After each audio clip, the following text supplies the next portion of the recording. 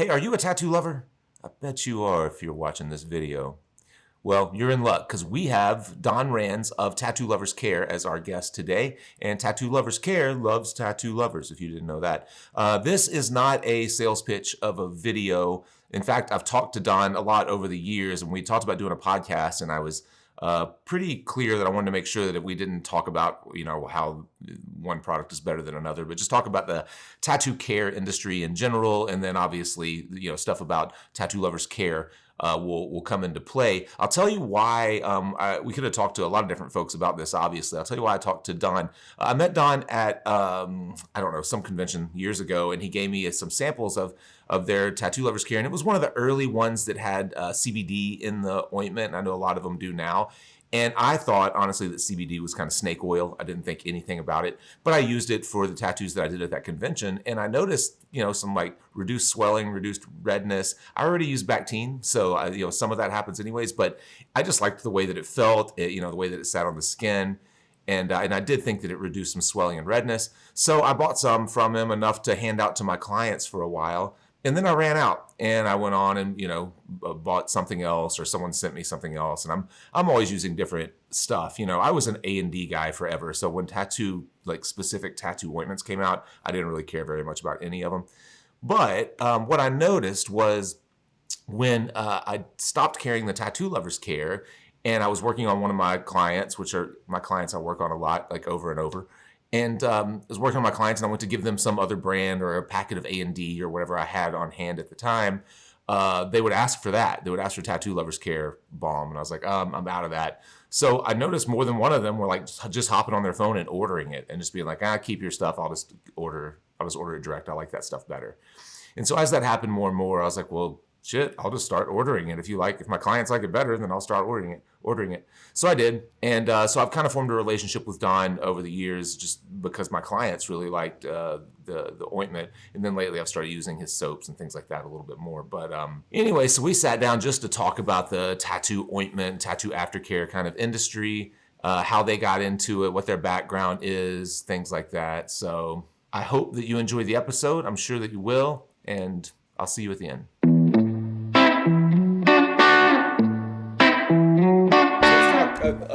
About that, I guess, just aftercare and then tattoo, tattoo glides, what we would use during the process of tattooing. So I started in the late 90s, and my first shop used Vaseline for basically everything. I don't remember if we even gave out a lot in the way of aftercare. We used Vaseline during the tattoo, and this was in the late 90s. Then I graduated to a more custom shop out of a street shop, a nicer shop, and we used vitamin A and D ointment, and we would give away little blister packs, and that was the aftercare. Around that same time, a lot of people were using Aquaphor during the tattoos and after the tattoos. And then it feels like, you may know better than me when, but the tattoo aftercare and tattoo glides and long-term care and all these packages of products sort of exploded. I just started to see tons of different types, and some of them are crazy colors, and they're all, the first one I remember was like tattoo goo, and then you started seeing it in Walmart and stuff, and it's just like, what's the difference? Like, why would I go out of my way to buy tattoo goo? I already can buy jumbo packs of vitamin A and D ointment from Sam's Club, and it works great. At least that's the way we were thinking, back then. So what do you have any kind of idea about that? Like, what was your experience in that evolution, and when did you kind of come into it? So yeah, I guess I can, let's just start with the core thing that a glide is solving, or really just what the aftercare side of things are. So with Aquaphor and Vaseline, right? They're all incredibly readily available at a convenience store. And they're particularly Aquaphor is used to help with baby rash, right, with diapers and stuff. And essentially, both of those two products are what they call petroleum-based products, right? And it's a byproduct of the manufacturing of gasoline and oil. The nice thing about it is it gives you that slick, buttery kind of glide of the product on the skin. And what it's doing is basically thinking of how oil works in an engine. It just helps with the lubrication that comes from the friction of the tattooing itself, right? So by basically giving it that added lubrication through the needling process, it makes it so that while you're tattooing, your lines will come out a little bit easier, and it just gives you that added touch to make your craft a little bit easier, right? And then of course, like a tattoo goo, I'm not incredibly familiar with their ingredients, but I know it's not a petroleum-based product, and particularly with us. The difference between, say, what our product does and what Aquaphor does is that, we're using like premium all natural ingredients. And instead of just creating a protective layer, which is what petroleum-based products do, it's the layer between the product itself, the needle, and the skin. Ours will absorb into the skin because those natural oils get absorbed, whereas petroleum products do not. Yeah. And that's what I had always kind of noticed. And even back when I would give aftercare instructions using vitamin A and D ointment, I would recommend that people would put on thin coats more often through the day rather than like globbing it on less often, because it always felt like a dirt magnet to me. Like anything that can because it just sits on the skin, to your point, the petroleum stuff, because it would just sit on the skin all day, like anything that could get stuck in it would. And so I'm like, it might be a protective layer, but you don't want it gooped up on your skin because it's just going to collect shit all day, and so that was the thing whenever I started using more tattoo specific products, and I was introduced to you guys' stuff quite a few years ago. Now we met at a tattoo show, and you guys gave me a couple little samples that I really liked, and it's waxier, right? But it does kind of absorb into the skin, and it doesn't leave your skin kind of greasy. And to me, just superficially, not knowing any better, I would say what make it like less crap will stick to it because it actually absorbs into your skin, and your skin isn't greasy all day after you use it. Is that something you would even consider, or does it not? Yeah, no, that sounds accurate. So like a good way to think about it is, right, what's happening when your skin is healing from a tattoo is it's responding to the trauma of the needle going in the skin repetitively, right?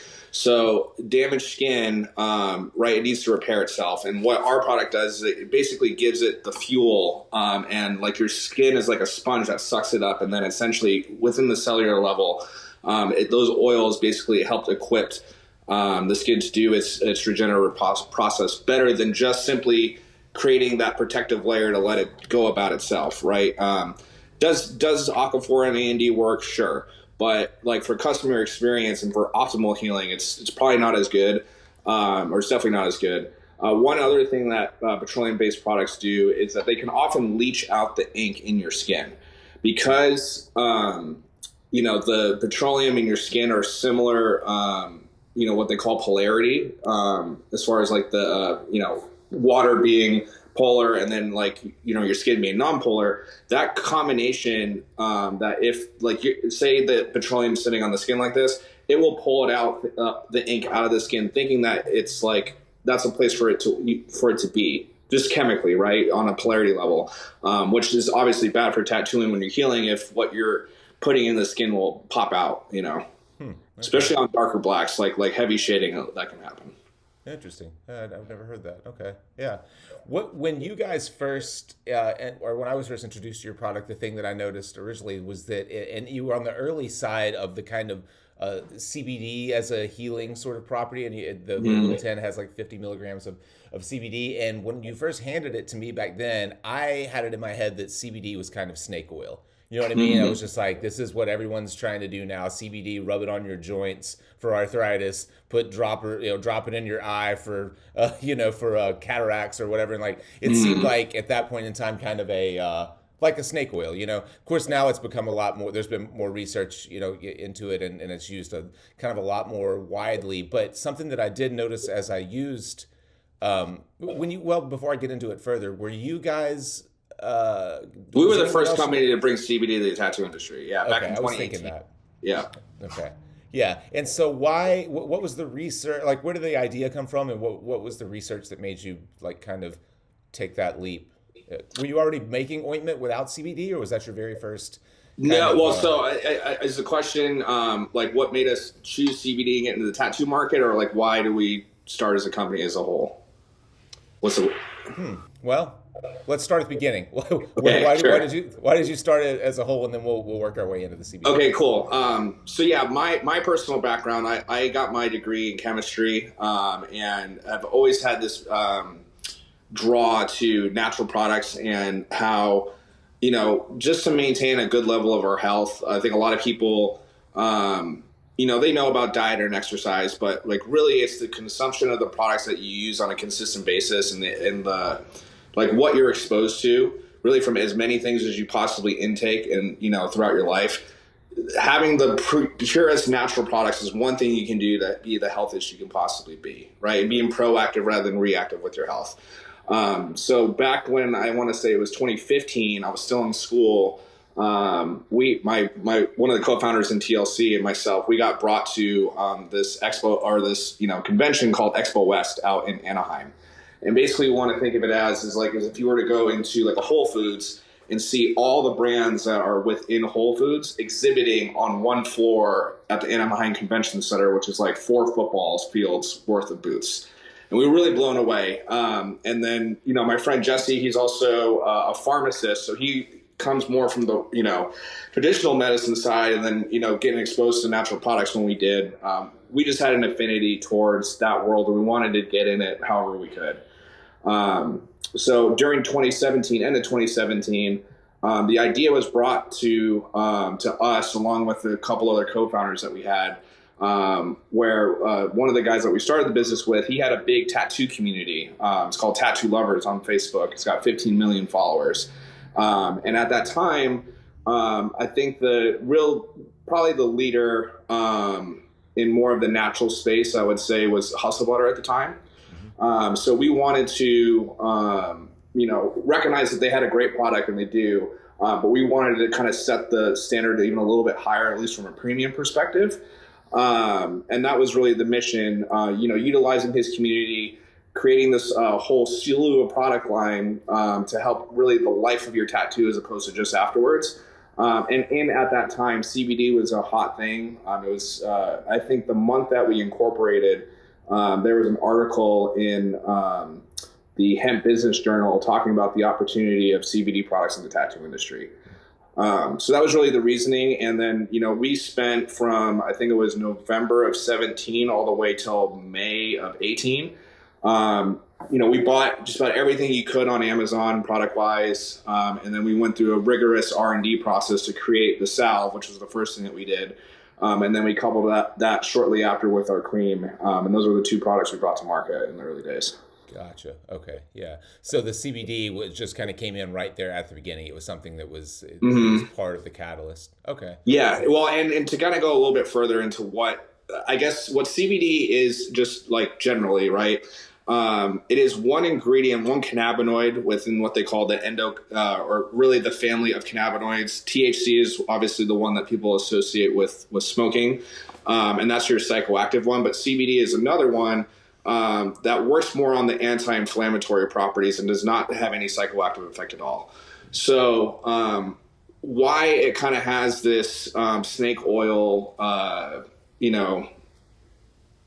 thing associated with it, really comes down to that most issues throughout the human body have to deal with inflammation, right? Whether that's, your autoimmune diseases, even recovering from damaged skin, like what a tattoo is, to just about everything. And anything that can help cut down on inflammation is something that will help the healing process in the body. So you kind of associate that where it can help with a bunch of different things. And to kind of learn a little more about it, I recommend, people listening, go check out what the endocannabinoid system is. And essentially CBD, when it's applied accurately to a number of different elements, it can help a wide variety of different stuff. So we noticed when we were adding it into the products, it helps speed up the healing process significantly. And for people that have used it like yourself, we've gone to shows and we've had people that win best of show, and they'll come up to us like, dude, I was using your Glide throughout the entire weekend. And, we noticed the redness significantly reduced versus any other product I've ever used. And, honestly, I feel like that gave me an edge when, doing a competition, to have their piece not just super red or super, the skin reacting, and they won best of show because of it. So it was I pretty would, good. yeah, I would agree with that. I noticed that almost immediately, and I used it for the first time at a show as well. Uh, and I don't remember if you gave me just a single tin or if you gave me enough to bring home that first time, or maybe I jumped on and made an order. I don't remember how it started, but I I know I used it at a show for the first time, and I thought that I was pushing the redness and swelling back. It was seemed less irritated than normal. I also liked that that it was kind of waxy, and the heat of the body melted it into the skin pretty easily. As you're tattooing, there's a lot of fever, in the area that you're tattooing. So just a small little bit of it, I could kind of drop over, and it felt like it kind of melted into the skin fairly quickly. So I wasn't like sliding around on it or anything like that. A lot of times particularly with the petroleum-based stuff, it ends up. I know A&D. If I got it just a little too thick on the skin, it would end up kind of clogging up my needles and restricting my ink flow and stuff like that in the machine. And so I'm always pretty careful to keep super, super like thin coats of ointment on the skin. I don't gob it up at all. I try to use it minimally. But even using that minimally, I felt like it melted into the skin well, and it kind of reduced the irritation. And so I was from the very first. I liked it, and I was on board with it, and I ordered a good bit, and I would, the big artist tins obviously I use, and then the smaller tins that you guys have had for so long. I just started building those into my day rate and just giving them away, rather than giving them a packet of A&D, I would give them a tin. I'd be like, hey, this is probably good for your next 2 or 3 sessions if you use it sparingly, and so. But eventually, at some point, I would run out, and then I would give them whatever I had. I just because of Fireside, I get stuff, a lot, just like random stuff that I don't know, like people just send it and say like, hey, try, here's some samples of our Glide. And so I'll give out samples of other stuff and say, here, I don't have any experience with this one. Give it a shot. Let me know what you think. Give it a shot. Let me know what you think. And people would, over time, my long-term clients, when I didn't have Tattoo Lovers Care, they would just say like, nah, I'll just order some. So they would just jump on the website and order it rather than taking whatever I had, if I had whatever it was, something else in a blister pack. You're like, nah, I'll just order some more of that until you get some more in. So then once I noticed my clients were just ordering it themselves, I was like, well, if you got, if I'll just keep ordering it. I'll just start ordering it in, larger bulk. So I consider my clients to be pretty, like, they've healed a lot more tattoos than I have. Most of my clients are pretty well covered, and they get tattooed on the regular every month to 2 months. So where I might heal a tattoo once every year or two, take care of a healing tattoo once every year or two, they're taking care of them consistently. By the time it's healed, they're in for another session. So they're always healing a tattoo. So yeah, I'll say my clients have overwhelmingly voted for Tattoo Lovers Care over any other product that I've tried. It's great to hear that, man. Yeah, we get a lot of stories, and it really at the end of the day, it's just a really good skincare product. Like if we were to find a way to, market it to solve a different thing, it can work for a number of different elements. And like we get stories all the time from, whether it's kids that have eczema or some really gnarly skin ailments. The fact that with my chemistry background, and then the 2 other founders are both pharmacists and herbalists. We prided ourselves on making the absolute best, effective product we possibly could. Yeah. And we get stories a lot that it gives us a lot of joy in what we're doing, for sure. Right. Yeah. Yeah. Let me ask. Well, I've got a couple of other ways I'd like to go with the conversation. One in particular, with it being all natural, I wonder, because I use it so often. Sometimes there is like a difference in consistency. It feels the same, so it works the same. But like one time I might get a tin that whenever I first get into it, it's got a little grit in it. Sometimes it's almost like straight wax. Sometimes it feels a little more meltedy. Is it just does it have to do with how it's, I assume, how it's stored, or how it's like, what? Yeah, that's a good question. So, I guess just some more history from us. We've actually moved to 3 different manufacturers in the last 12 months. So, okay, gotcha. At least in our case, I think has a lot to do with that. But to address something that we get asked often is that sometimes you'll see that grittiness, and what it is it's a specific fatty acid. It's called stearic acid, where if a product is heated and cooled, that heating process turns it back into a liquid. And, kind of going back to what we were talking about with that polarity concept, when you put oil and water together, right, they separate. So for something that, like in that example, those two ingredients are incredibly different, but that same principle remains the same with any type of solution that you bring together. So bring it back to the salve, when it heats like that and then cools, that polarity of the stearic acid will try to find itself upon cooling, and that's those bees that you will get sometimes. And it's not just our product, any natural product, going through that experience, you're going to notice that, right? We're actually working with, one of our ingredients we're whipping, kind of like a baker would, right? To try to get it more of a creamy consistency.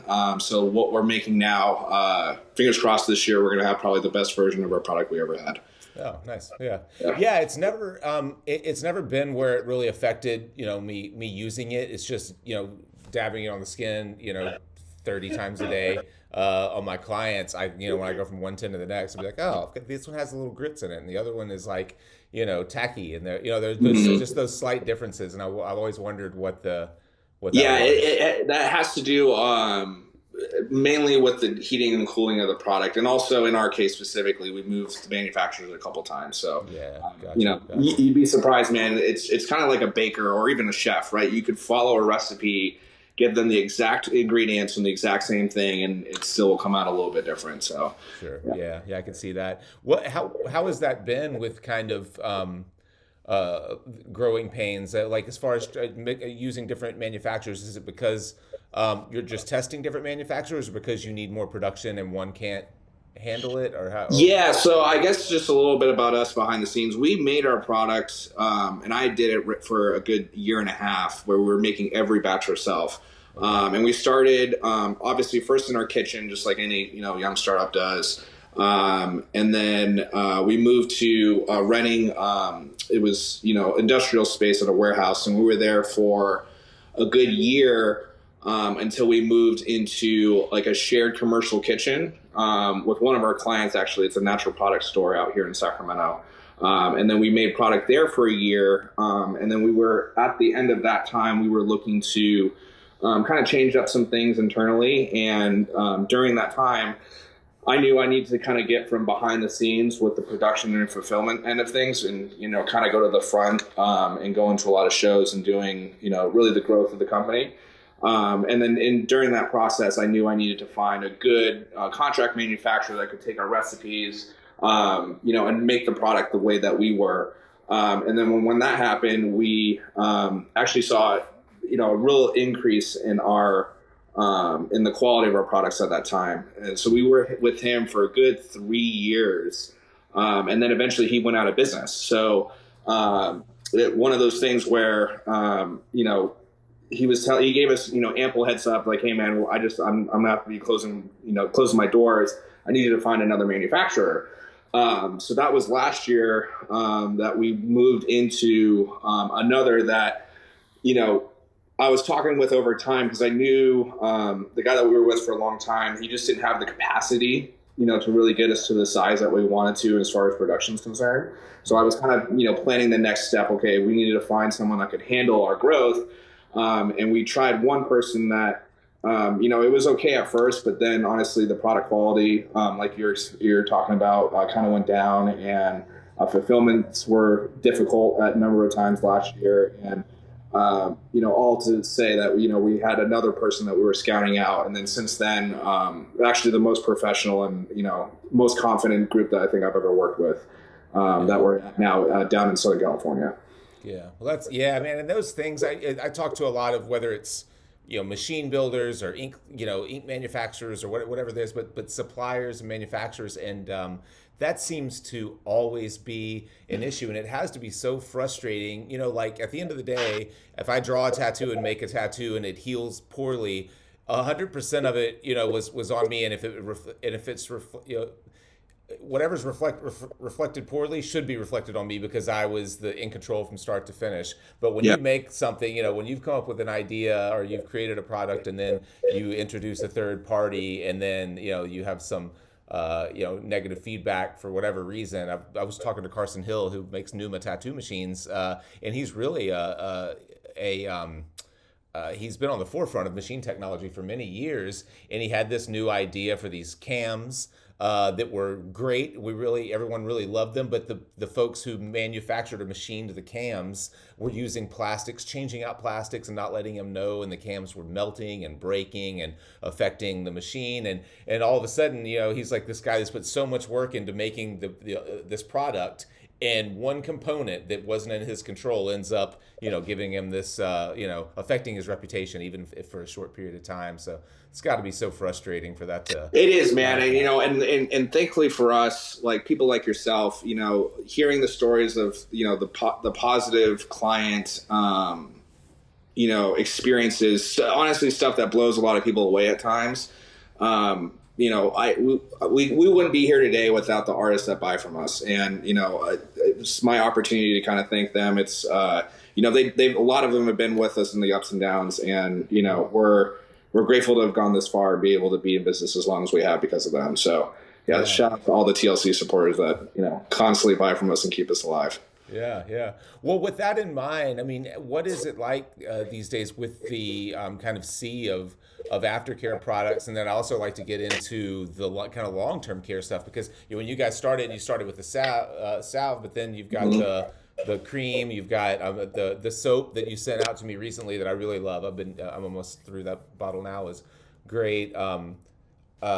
You'd asked me if you'd send a stencil remover, and I did not think you had, but you had, and that thing is great to wipe off excess Sharpie. So you're getting into all of these other things, and I assume that it's a necessity just because of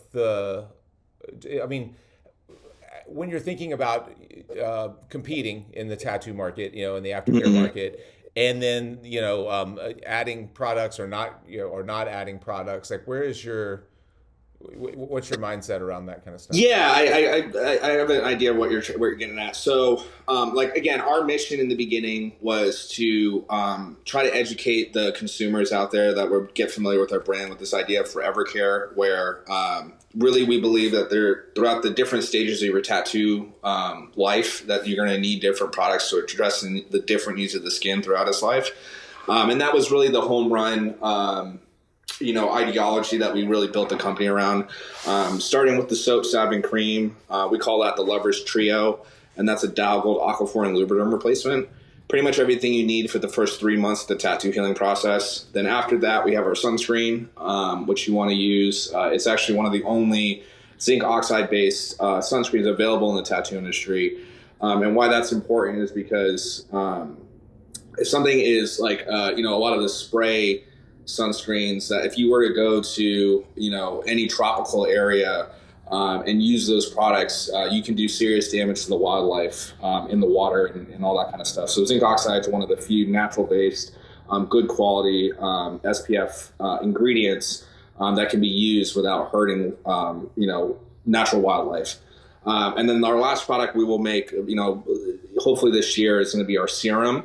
And that's going to be for revitalizing existing tattoos. And honestly, our salve works in that way as well. Quite a few people we meet at shows, we tell them like, hey, once your tattoo's done, you can use it for existing tattoos to really help shine them and brighten them up as you're going about your day.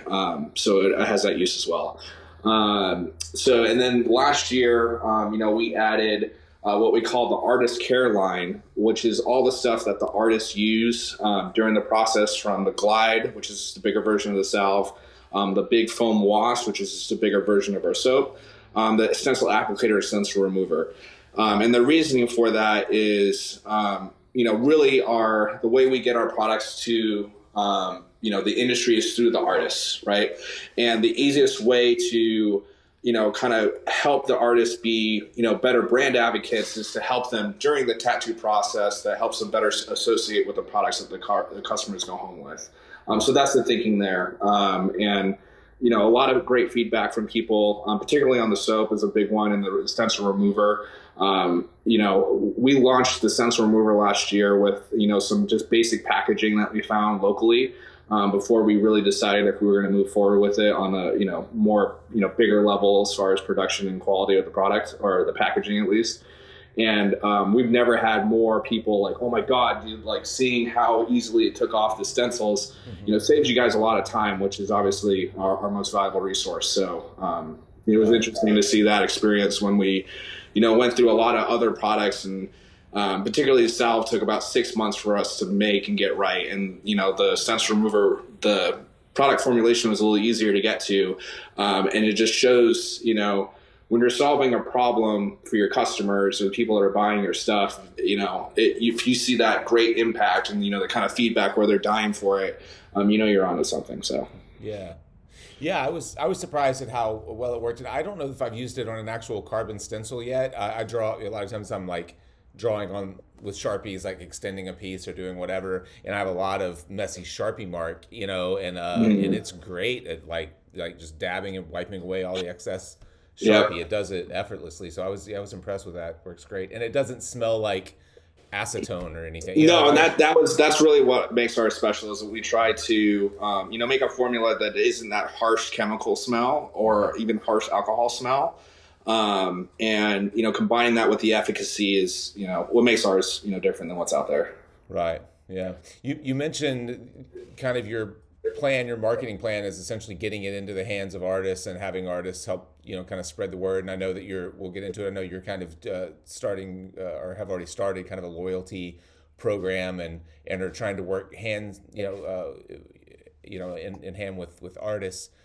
As far as marketing, which I'm no pro of marketing at all, but I see a lot of different avenues that people are taking. I see, we've got conglomerates, venture capital funds that are buying up a lot of moderately successful tattoo suppliers, distributors, or whatever, and putting a lot of marketing dollars behind them that way. We have others that maybe are startups but are raising big money to put into marketing, and they're in all of the big kind of magazines, and celebrities are all involved. And then you have the folks like yourselves who are at trying to be at shows and do more kind of boots on the ground. Yeah, more grassroots style. Yeah. So I guess from my standpoint, I think I guess to kind of address the big conglomerates buying tattoo brands. So in the private equity world, at least from how I understand it, what I've learned over time is often they're trying to take advantage of the brand equity that, some of these bigger companies have built over time. And when they call it a roll-up strategy, where say if you have, a supplier, you have a machine company, you have needles, and you have, all these different, individual brands. When you, roll them together into one entity, you can, cross market across all those different brands. And oftentimes what they do is it helps lower your OpEx, right? Your operating expenses. That, having one team that kind of services a bunch of different, things within those multiple brands instead of one trying to hit this growth pattern. The thing that, in talking with people that work for some of these brands, what hurts is a lot of the, teams that brought these brands to market and have gotten to them to the, the level that they do, it turns into this corporate job kind of. And oftentimes you're, letting go a number of the staff and super leaning out really the heart of the brand. And they're relying on really just years of reputation to kind of hope that, it pays off for their investment. So that's kind of one way to go about it with that side of things. The venture capital side, the challenge I think there is you're while it's great to raise money and to try to expand your company, you're putting yourself at the basically on a time clock. You have to grow year over year for that strategy to pan out. And from what I've heard in the industry, it's especially with the uneasy economy like we dealt with last year, it can shoot yourself in the foot sometimes if you without really knowing it too much. And what we've always done, going to shows, working with the artists directly, I think, it's been a long journey for sure.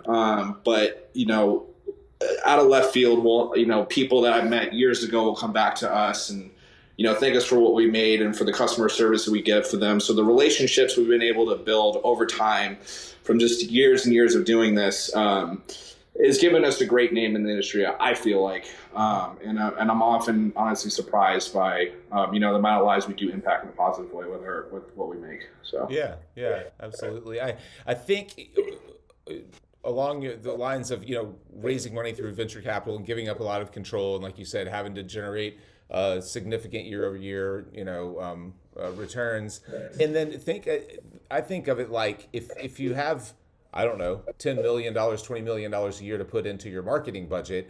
You think about just the issues of you losing a single manufacturer, the person that actually mixed the product for you for a period of time, and then trying to grow that. Like, there's just no way in my mind, unless you have a $20 million marketing budget and another $20 or $30 million in R&D or in quality control, because I would assume that if you're marketing more, you're selling more, and then you have to keep the quality of what you were doing out of your kitchen, right? Yeah. And so that seems like an incredible amount of stress and a recipe for disaster. Almost. Yeah.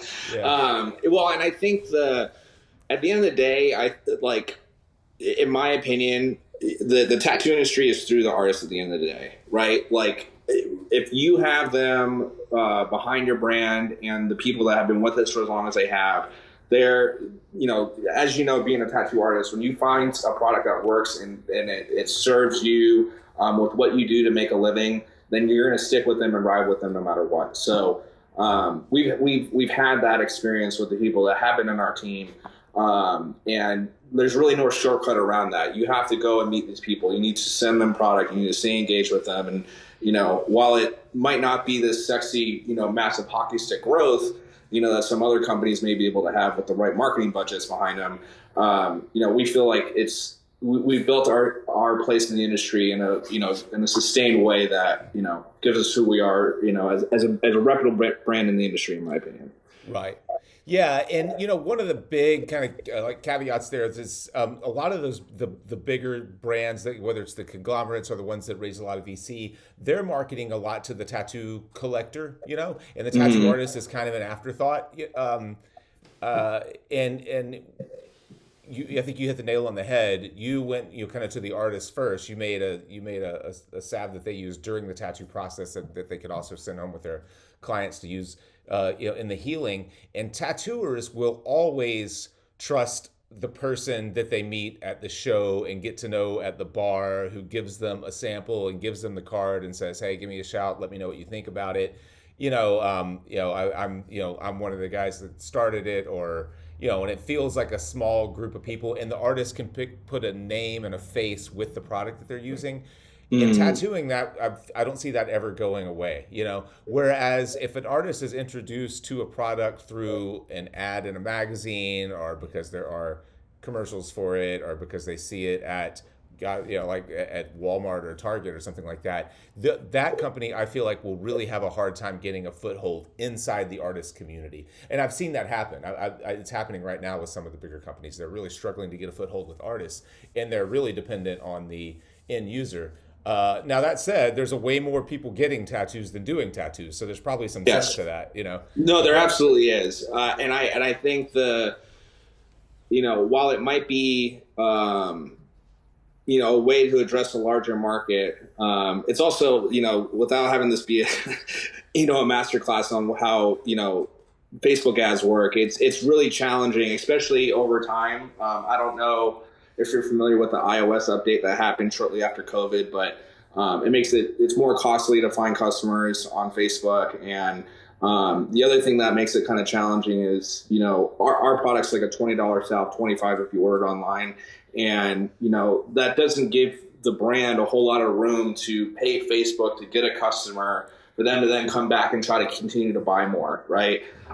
So we've always noticed that, for all the things that we've tried, because we've tried a lot of different ways to kind of grow the brand, the most consistent way to go about it is to go to the people who are getting the tattoos. If they use it, and now with these other products that we created to help support the tattooer even further, that distribution method, at the end of the day, when someone's getting a tattoo, the time where the problem of how I'm taking care of your tattoo isn't any greater than right afterwards, right? And if the word's coming from the artist, like, hey, dude, I use this during my process. I've also got all these other products that help my process even, be that much easier and better to do.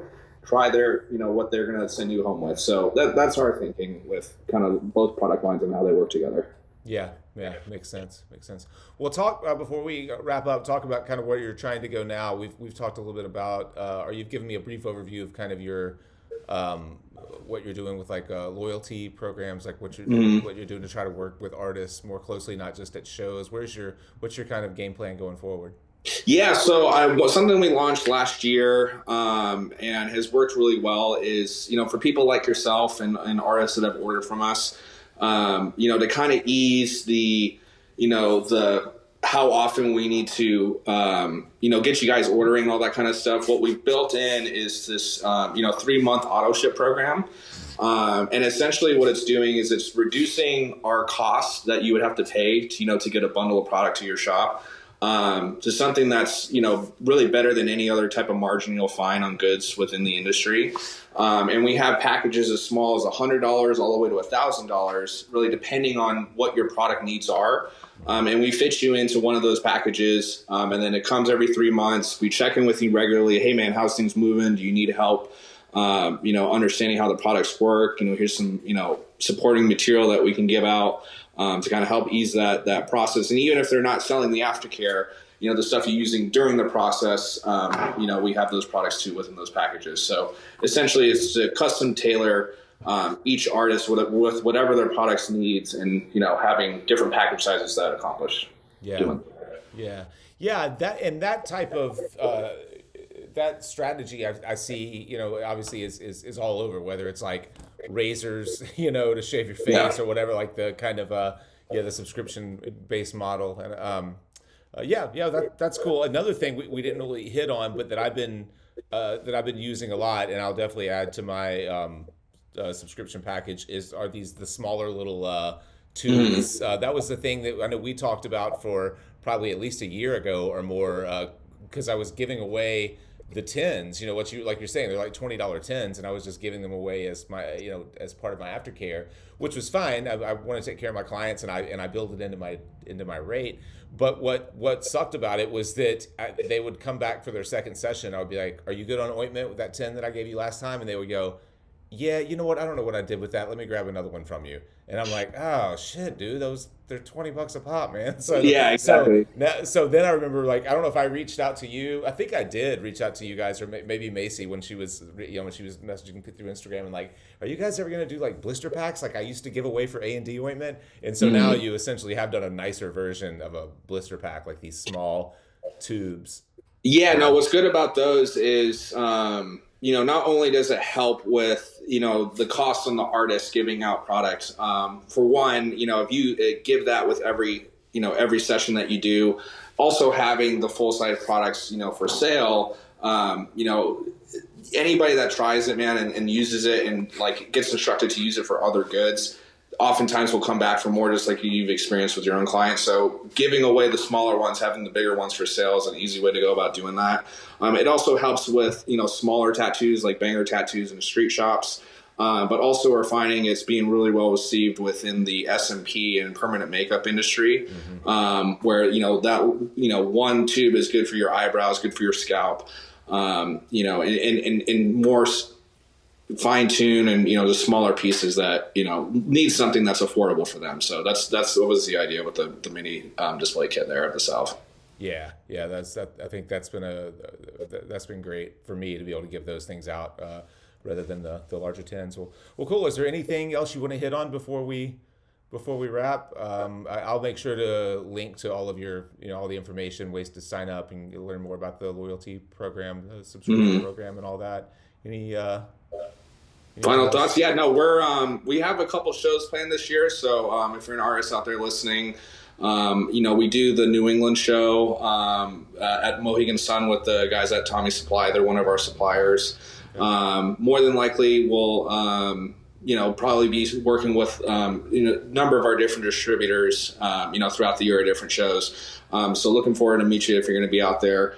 Next month, we're going to be launching, a special around the loyalty program, what we call the Founder Sale. So be on the lookout for that. And yeah, we're always here to, do whatever we can to help support the tattoo industry and its artists, however we can.